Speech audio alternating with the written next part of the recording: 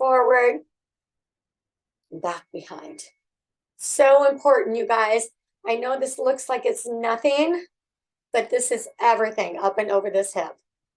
Gotta take care of these hips. I promise you. Not steering you wrong. Okay.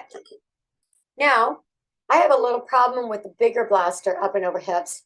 I kind of have to do little tiny moves when I'm going up and over the hips, but I don't have a lot of excess meat on me. Maybe a little tummy fatty, but okay. Thanks for letting me joke. Okay. Up and over those. So even though most people have more fat here,